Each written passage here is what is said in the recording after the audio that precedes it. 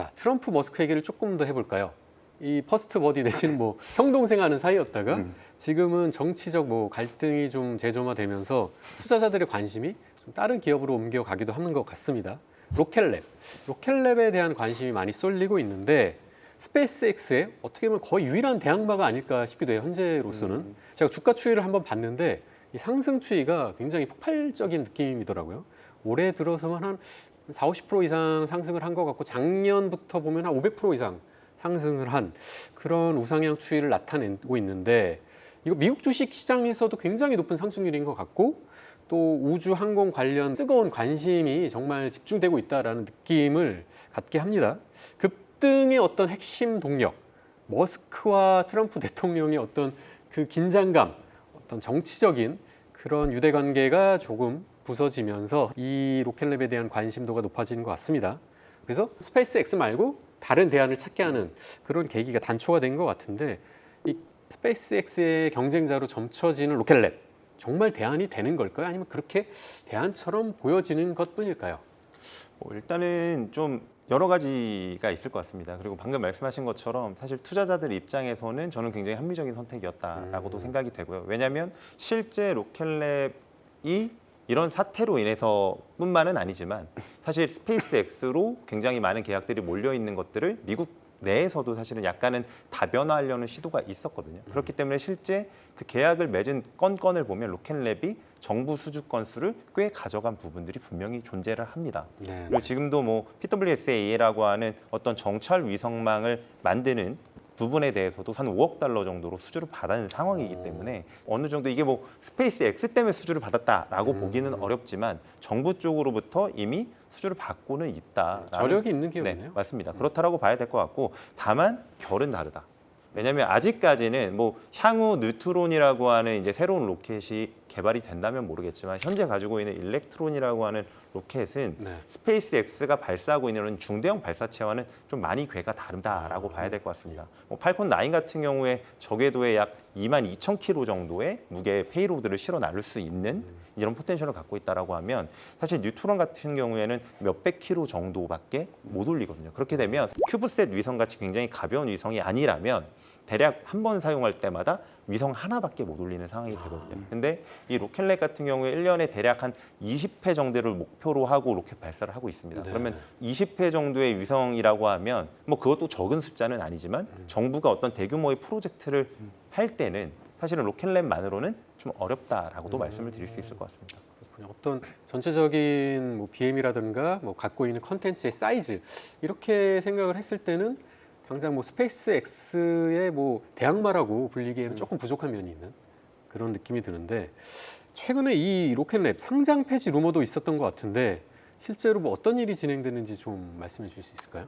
이게 상장 폐지가 된 건 아니고 이게 지배 구조를 좀 개편하는 과정에서 잠깐 거래 정지가 됐었던 적이 있습니다. 물론 지금 뭐 정상적으로 주식이 좀 거래가 되고 있고 그러니까 단순한 좀 해프닝 정도라고 생각하시면 될 것 같아요.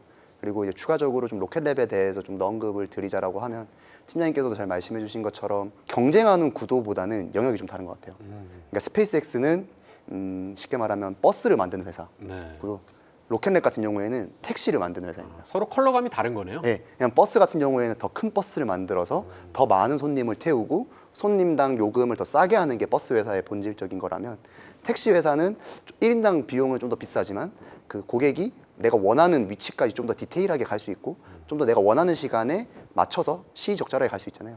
그러다 보니까 이 소형 로켓 시장에서의 로켓랩의 위상이 조금씩 올라가고 있는 상황이었습니다. 그리고 상용화된 로켓 기술을 가지고 있는 로켓랩의 기술력도 계속해서 올라가고 있는 상황이기 때문에 두 회사 모두 좀 미국 내에서는 어느 정도 입지 전적이 있는 회사라고 생각하시면 좋을 것 같습니다. 서로 조금씩 상이한 다른 카테고리 영역에서 서로 잘 동반 성장하고 있는 그런 기업이다. 네. 이렇게 얘기를 할 수 있을 것 같은데 로켓랩의 어떤 성장 궤적에 대해서는 전반적으로 낙관적인 시각이 우세한 것 같아요. 그리고 발사 서비스라든가 뭐 어떤 우주 시스템 부분에 있어서도 확실히 강력한 선장 모멘텀을 갖고 있다. 이렇게 시장에서는 바라보고 있는 것 같습니다. 최근 한 달간 주가 추이를 보더라도 뭐 굉장히 뭐 80% 넘게 오르면서 월가 투자은행 플레이어들 사이에서도 이 회사를 긍정적으로 보는 시각이 많은 것 같습니다.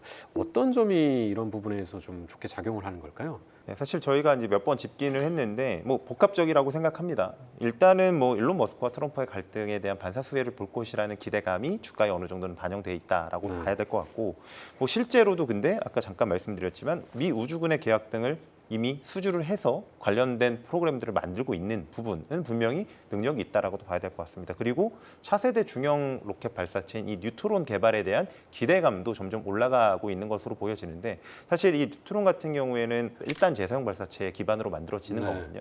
근데 다른 기업들하고는 좀 다른 점이 있다라고 하면, 이 로켓넷 같은 경우에 실제 지금 일렉트론 로켓을 발사를 하고 있습니다. 그렇기 때문에 이 재사용 발사체 기술을 확보하려면 이 실제 우주 로켓이 발사되고 떨어졌을 때 이런 여러 가지 데이터들이 필요하거든요. 근데 이런 것들을 이미 그래도 어느 정도 로켓랩은 확보를 하고 있다라는 측면이죠. 그러면 누군가가 사실 이 스페이스 X를 제외하고 재사용 발사체를 만들어야지 한 단계 더 우주 산업이 램프업 발전이 될 텐데, 그 대항마로서는 로켓랩이 그래도 지금 실제 우주 데이터를 가장 많이 갖고 있는 기업 중에 하나가 아닌가라는 측면에서 관심을 좀 갖고 있지 않나라고 저는 생각하고 있습니다. 그렇군, 이미 많은 빅데이터를 갖고 있는, 보유하고 있는 기업이다 이렇게 볼 수 있을 것 같은데, 사실 뭐 투자를 많이 했을 것 같습니다.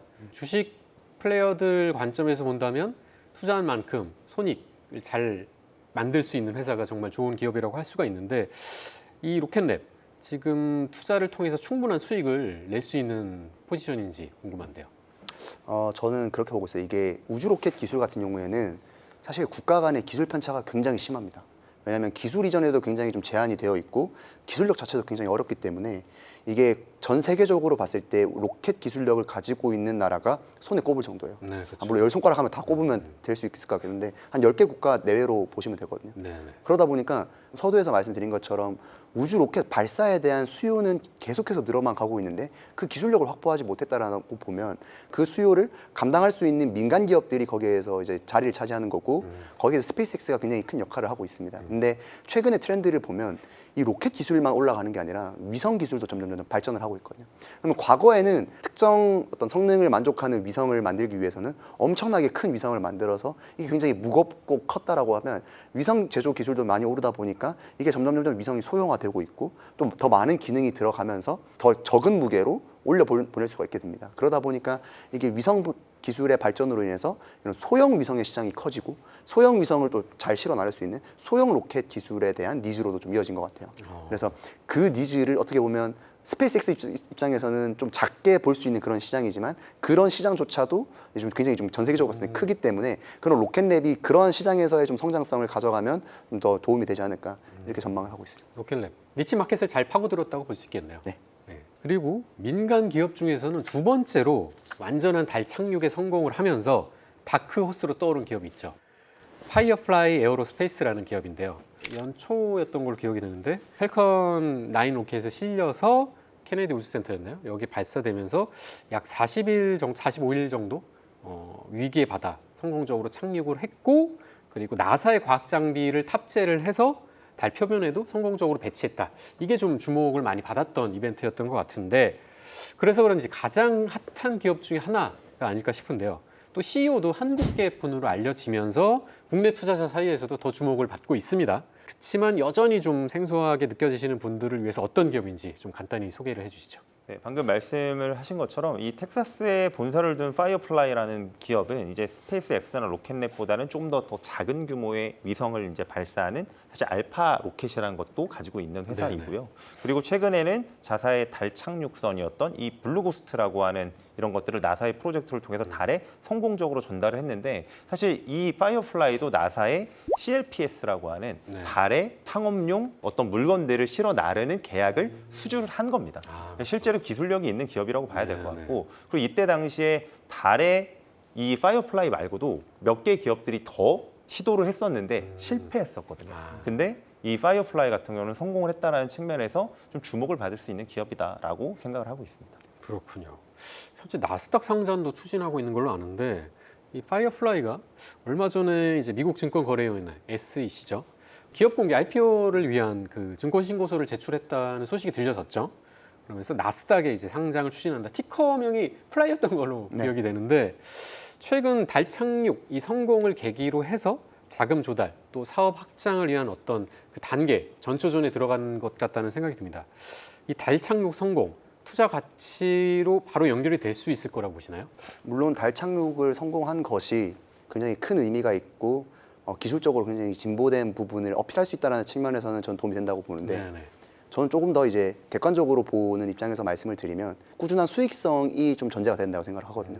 그러니까 아까 앞서 말씀드렸던 스페이스X나 로켓랩 같은 경우에는 발사 기술력을 확보를 해서 그런 발사 수요를 대체한다라는 측면이 있잖아요. 그러다 보니까 중장기적으로도 성장 가능성에 대해서 이제 긍정적으로 보는데 파이어플라이 같은 경우에는 사업 부문이 로켓을 제작하는 것도 있고 달 착륙선을 만드는 것도 있고 또 이제 궤도선을 만드는 것도 있습니다. 네. 그런데 아직까지는 이 로켓 기술력은 좀 많이 떨어진다는 평가가 많아요. 알파 로켓 같은 경우에도 성공한 이력은 있긴 있지만 실패한 이력도 좀 존재하기 때문에 아직까지 상용화 단계에는 접어들기 어렵습니다. 그러면 이 달 착륙선이라는 것을 통해서 많은 수익성을 누릴 수 있느냐라고 하면 사실 그것도 조금 어려운 게 미국 같은 경우에는 달 착륙선 개발을 한 업체에만 맡기는 게 아니라 여러 업체에게 수주를 맡기거든요.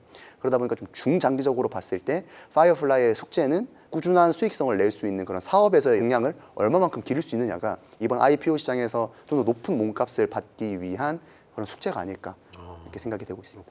우리 연구원님 말씀을 들으니까 뭔가 앞서 언급했던 기업들에 비하면 어떤 우주 산업에서의 어떤 중량감이 좀 떨어진다는 느낌을 받기도 하는데 실제로 상장이 가능할까요? 어떻게 보시나요? 뭐 현재 시장의 분위기 같은 것들을 봤었을 때는 뭐 어느 정도는 가능할 가능성도 좀 있다라고 보여지긴 합니다. 미국 같은 경우에도 지금 우주 산업을 어느 정도는 좀 밀어주고 있는 네. 입장이기 때문에 근데 다만 말씀하신 내용처럼 상장 이후에 꾸준히 지속적인 모멘텀을 만들어내야 하는데 그 부분에서는 좀 어려움을 겪을 수도 있지 않을까라는 개인적인 생각이 좀 들긴 하고요. 다만 달 같은 경우에 최근에 이제 저희가 우주 산업을 볼 때 저는 방위 산업 관련된 이슈로 좀 많이 바라보기 시작했습니다. 네. 뭐 이 기업뿐만이 아니라 미국 같은 경우에도 달이라는 이 측면을 자원으로서 봤을 때는 상당히 가치가 좀 있거든요. 그래서 그런 쪽으로 모멘텀을 만들어내려고 시도할 가능성은 좀 있다. 다만 증명해야 될 부분들은 좀 많이 남지 않았나라는 생각이 좀 듭니다. 증명해야 될 과제들을 좀 많이 안고 있는 기업이다라는 생각이 드는데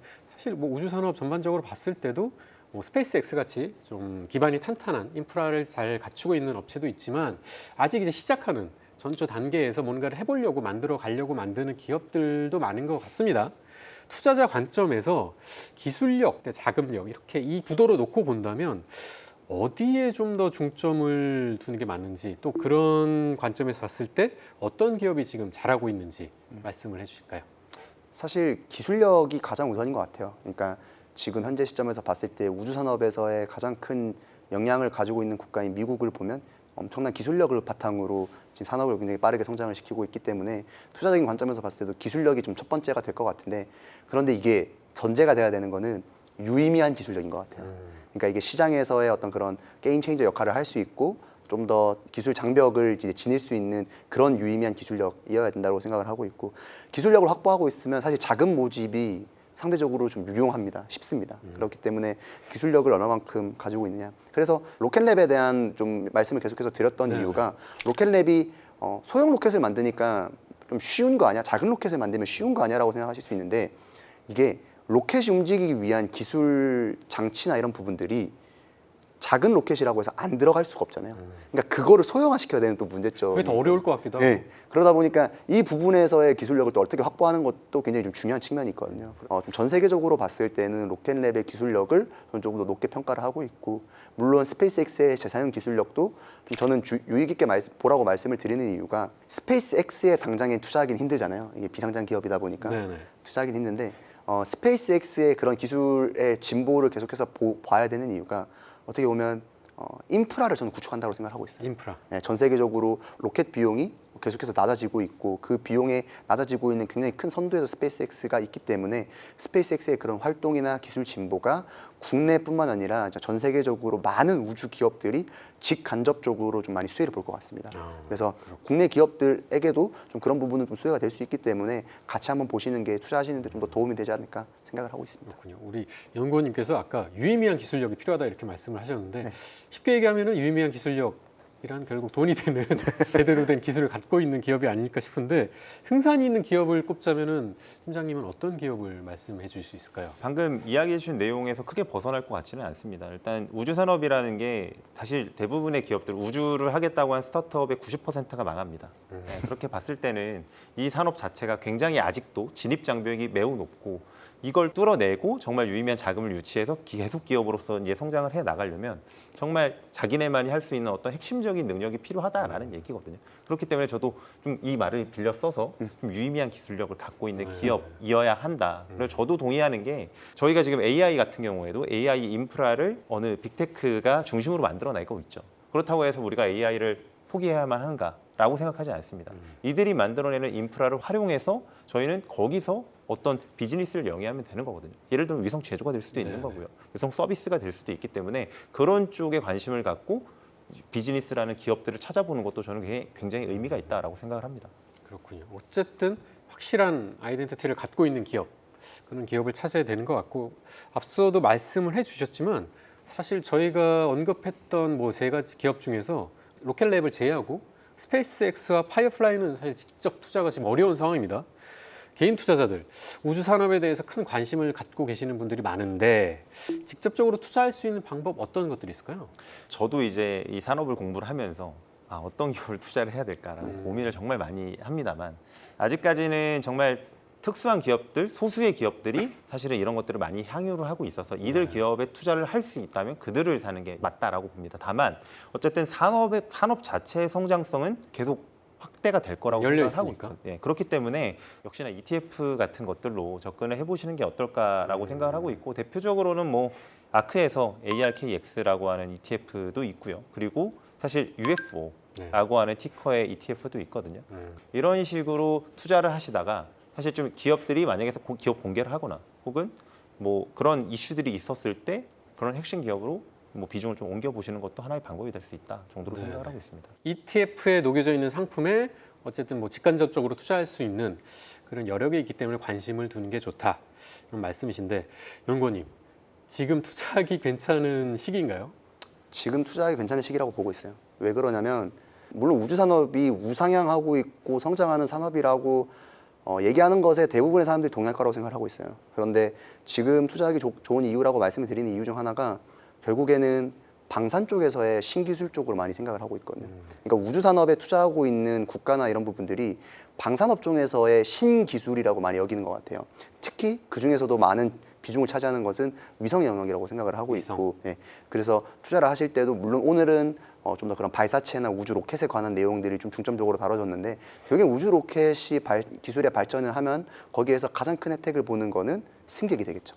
거기에 탑재되는 승객이 되는 거고 그 주요 승객이 이제 위성이 되는 것이라 생각을 하고 있어요. 그래서 위성 시장, 위성 서비스, 위성 제조 시장이 좀 빠르게 수혜를 받을 수 있을 것이라고 생각을 하고 있기 때문에 투자자분들께서도 지금 현재 상황에서 봤을 때 위성 쪽에서 서비스와 그런 제조 시장도 같이 함께 보시는 것이 투자하시는 데 훨씬 더 도움이 되지 않을까 생각을 하고 있습니다. 그렇군요. 우리 연구원께서는 어떻게 보면은 우주 산업의 어떤 뉴스페이스로 접어들면서 민간 위성 수요가 폭증하는 지금 시대에 우주에 대한 다음 키워드를 위성으로 제시를 하신 것 같은데 우리 팀장님 우주 산업을 이끌 다음 키워드는 어떻게 보십니까?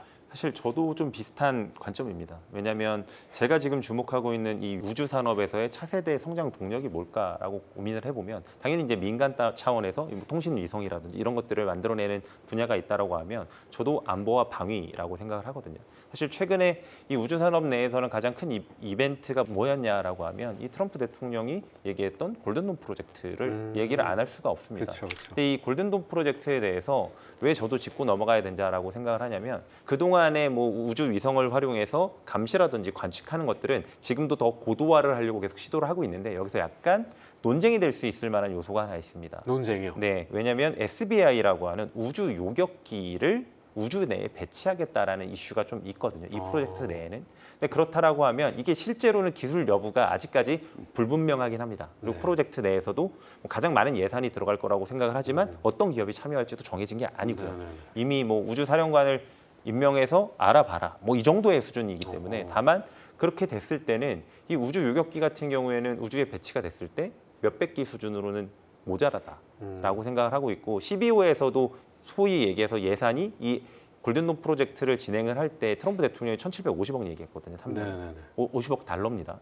그렇게 얘기했는데 이 우주 요격기에만 대략 한 20년 동안의 기간이긴 하지만 1,500억에서 5,000억 달러가 이상 들어갈 수도 있다라고 이야기를 한 시장이죠. 그러니까 시장의 관점으로만 봤을 때는 규모는 상당할 수 있다. 다만 아직 기술적인 퀘스천이 좀 있는 부분이기 때문에 그럼에도 불구하고 저는 우주 공간이 과거에는 뭐 연구 개발이라든지 뭐 이런 쪽으로만 주로 사용이 됐다라고 하면 이제는 명확하게 안보의 측면에서 우주를 활용하겠다라는 그런 측면을 미국이 보여주고 있기 때문에 그 관점에서 좀 우주를 바라봐야 되지 않을까라고 생각하고 있습니다. 네, 우리 팀장님께서 우주 요격기, 우주 사령관 이런 얘기를 하시니까 굉장히 스케일이 더 커지는 것 같고, 뭐 저희 어렸을 때 봤던 뭐 하록 선장이나 뭐 스타워즈 뭐 이런 이미지들이 떠오르기도 하는데, 뭐 개인적으로 눈여겨 보는 기업들도 있으실 것 같아서 네. 연구원님 소개해 주신다면. 국내 기업 중에서는 아까 제가 서두에 말씀드린 이제 통신 쪽과 관측 위성 쪽에 대한 관점을 말씀을 드리고 싶어요. 그래서 관측 위성을 제조하고 있는 국내 기업 중에 세트레가이 기업이 있습니다. 아, 네, 그리고 이제 통신 쪽에서 안테나 제조하는 인텔리안테크도 저기도 위성 통신 쪽에서 유텔셋에 지금 납품을 하고 있고요. 그래서 요 두 개가 이제 우주 산업 쪽에서 많이 보고 있는 기업이고, 그리고 아까 말씀해주신 것처럼 우주 산업에 투자하기가 좀 굉장히 좀 힘들다고 여겨지는 이유 중 하나가 방산업 쪽이랑 뗄래야 뗄 수가 없거든요. 그러다 보니까 우리나라에서 로켓을 만드는 회사는 하나에어로스페이스인데 하나에어로스페이스의 주가가 우주 로켓으로 인해서 좌지우지되다기보다는 그런 좀 더 무기 쪽, 방산업 쪽에 대한 좀 더 비중이 크잖아요. 그러다 보니까 이 부분도 투자하기 좀 어려우실 수는 있는데 같이 생각해 보시면 좀 더 도움이 되지 않을까라는 생각을 하고 있습니다. 그렇군요. 팀장님께서 개인적으로 눈여겨보는 종목 있으시다면. 사실 개인적으로 막 눈여겨보고 있는 종목이 딱히 있지는 않습니다. 그렇군요. 왜냐하면 이제 우주 산업 관련해서는 뭐 당연히 이제 저도 뭐 로켓랩의 포텐셜이나 혹은 스페이스X가 정말 상장했으면 좋겠다 뭐라는 생각들을 많이 갖고 있는데, 그나마 그래도 좀 광의로 투자자분들이 관심을 가질 만한 기업들이라고 하면 제가 티커가 지금 생각나는 건 하나밖에 기업이 없거든요. 네. ATI라고 하는 기업인데 어떤 기업이냐라고 하면 로켓이나 이제 위성을 만들 때 특수학금 같은 것들이 굉장히 많이 특수학금. 필요합니다. 특수학금이 많이 필요한데 이 특수학금을 만드는 회사입니다. 그래서 사실 어떻게 보면 완전히 우주 관련된 기업이냐라고 하면 일부 우주와 관련된 기업일 수 있는데, 사실 방산, 우주랑 항공 쪽에 관련돼서는 이런 특수학금들이 굉장히 많이 사용이 그렇죠, 되거든요. 그렇기 때문에 이 산업이 커지면 커질수록 이들의 포지션도 커질 수 있기 때문에 네네. 그런 쪽으로 한번 관심을 가져보시는 것도 뭐 좋다라고 생각하고 있습니다. 오히려 묻어간다는 느낌에서 보면 오히려 더 좋다 이렇게 생각하시는 분들도 있으실 것 같습니다. 지금까지 미래에셋증권 박광남 팀장, 유진투자증권 정의훈 연구원 두 분과 함께 우주를 두고 벌어지는 기업들 간의 쩐의 전쟁, 그리고 투자 기회까지 탈탈 털어봤습니다. 기술은 어렵지만 돈은 솔직하다는 얘기가 있습니다. 더 이상 먼 미래가 아닌 우주 산업, 지금이 바로 우주에 투자할 만한 타이밍, 그 적기일지도 모르겠습니다. 시청해주신 여러분 감사합니다.